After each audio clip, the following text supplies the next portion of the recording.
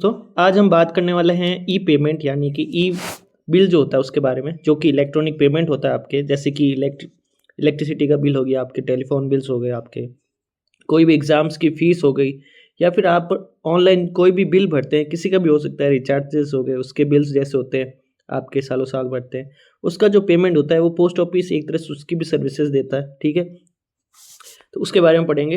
सबसे पहले ई पेमेंट आपके क्या होता है, ये एक ऐसा ऑप्शन होता है जिससे कि आप जो भी बिल्स हैं आपके, जैसे इलेक्ट्रिसिटी के बिल है, आपके टेलीफोन के बिल है, टीवी के जो बिल्स होते हैं, रिचार्ज करते हैं जिसके, उसका बिल्स बनता है, पहले पहले बनता था। वैसे जो पेमेंट है वो जो बड़े बड़े ऑर्गेनाइजेशन वो अपने प्राप्त कर सकते हैं। ठीक है, पोस्ट ऑफिस के थ्रू वो ई पेमेंट का जो है वो सुविधा ले सकते हैं। ठीक है, अब क्वेश्चन आपको ज़्यादातर पूछा जाता है, ई पेमेंट कौन सा एक सॉफ्टवेयर है या फिर ऐसी कौन सी सॉल्यूशन प्रोवाइड करता है, वो है आपके मैनी टू वन सॉल्यूशन। ठीक है, मतलब बहुत अलग अलग तरह के ई पेमेंट्स आते हैं, केवल उसका एक सॉल्यूशन क्या है, ई पेमेंट। ठीक है, इसलिए इसको मैनी टू वन सॉल्यूशन बोला जाता है। एक होता है वन स्टॉप सॉल्यूशन, वो किसको बोलते हैं, वो आपके बोलते हैं बिजनेस पोस्ट को।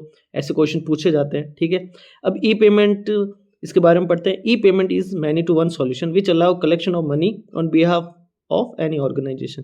ठीक है, यानी बहुत ज़्यादा सर्विसेज जो होती हैं वो केवल उसका एक सॉल्यूशन कौन सा है, ई पेमेंट है। अब कौन कौन से, जैसे मान लीजिए एग्जांपल ले लीजिए आप, टेलीफोन्स के बिल्स हो गए आपके, नॉर्मली जो आते हैं टेलीफोन्स के बिल्स हो गए, इलेक्ट्रिसिटी के जो बिल्स हो गए वो आ गए, एग्जामिनेशन फ़ीस होती है आपके, जो एग्ज़ाम्स की फ़ीस लगती है, जैसे कोई 3,000 कोई 500 रुपये जैसे फ़ीस होती है, पेपर्स की जो फ़ीस होती है, जो आपके टैक्सेस होते हैं वो भी आप भर सकते हैं।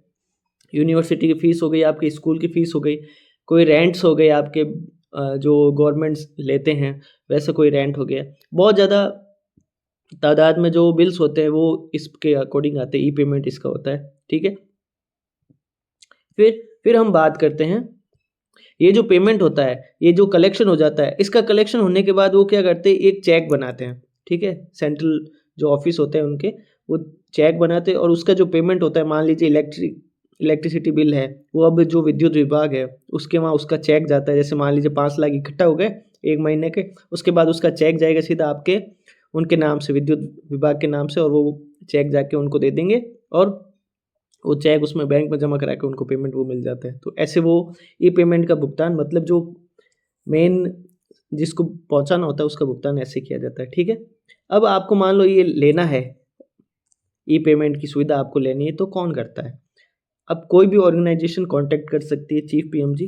ठीक है, अब इसमें क्या कि सर्कल बिलर होता है और एक नेशनल बिलर होता है। सर्कल बिलर मतलब मान लीजिए जैसे राजस्थान है, राजस्थान में एक सर्कल है, हरियाणा हो गया जैसे एक सर्कल है, दिल्ली है तो एक सर्कल है, ऐसे नॉर्थ ईस्ट है तो वो एक सर्कल है। तो उसमें कौन होता है, चीफ पीएमजी। सर्कल का कौन देखता है, चीफ पीएमजी।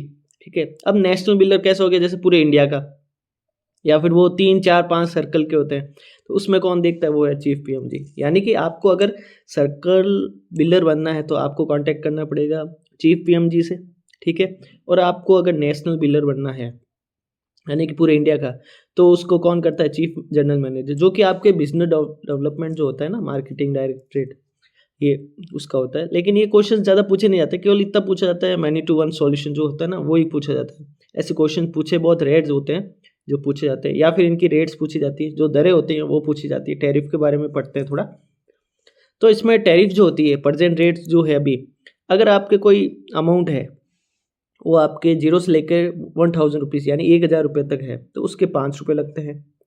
फिर आपके होता है 1001 रुपये से लेकर आपके 2500 रुपये तक जो होता है अमाउंट, यानी कि 1001 से लेकर 2500 तक जो अमाउंट होता है उसके 10 रुपीज़ लेते हैं, 10 रुपये लेते हैं।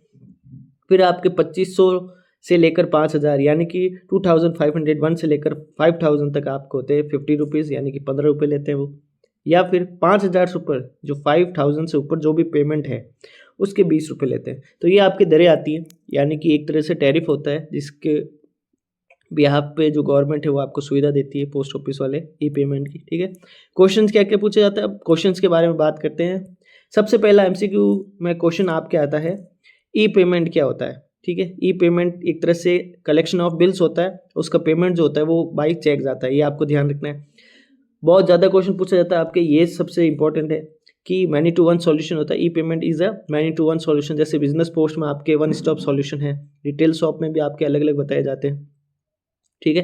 तो ये पूछा जाता है। फिर आपके कभी कभी मतलब बहुत रेयर चांसेस में आपके टैरिफ्स पूछी जाती है, टैरिफ्स, ठीक है, ये आपके पूछे जाते हैं, ये भी आपके इंपॉर्टेंट है। तो ये क्वेश्चन पूछे जाते हैं, आपको पता होना चाहिए ई पेमेंट क्या होता है, उसकी टैरिफ्स पता होनी चाहिए, टैरिफ जो होते हैं उसके चार्जेस जो होते हैं वो मैनी टू वन सॉल्यूशंस होता है वो, और साथ ही साथ वो किस लिए यूज़ किया जाता है ये आपको पता होना चाहिए, ठीक है। आज के लिए इतना ही, ई पेमेंट हो गया। कल नेक्स्ट वीडियो में कुछ और बात करेंगे, जैसे ई पोस्ट है उसके बारे में बात करेंगे। तो आज के लिए इतना ही। Thank you so much.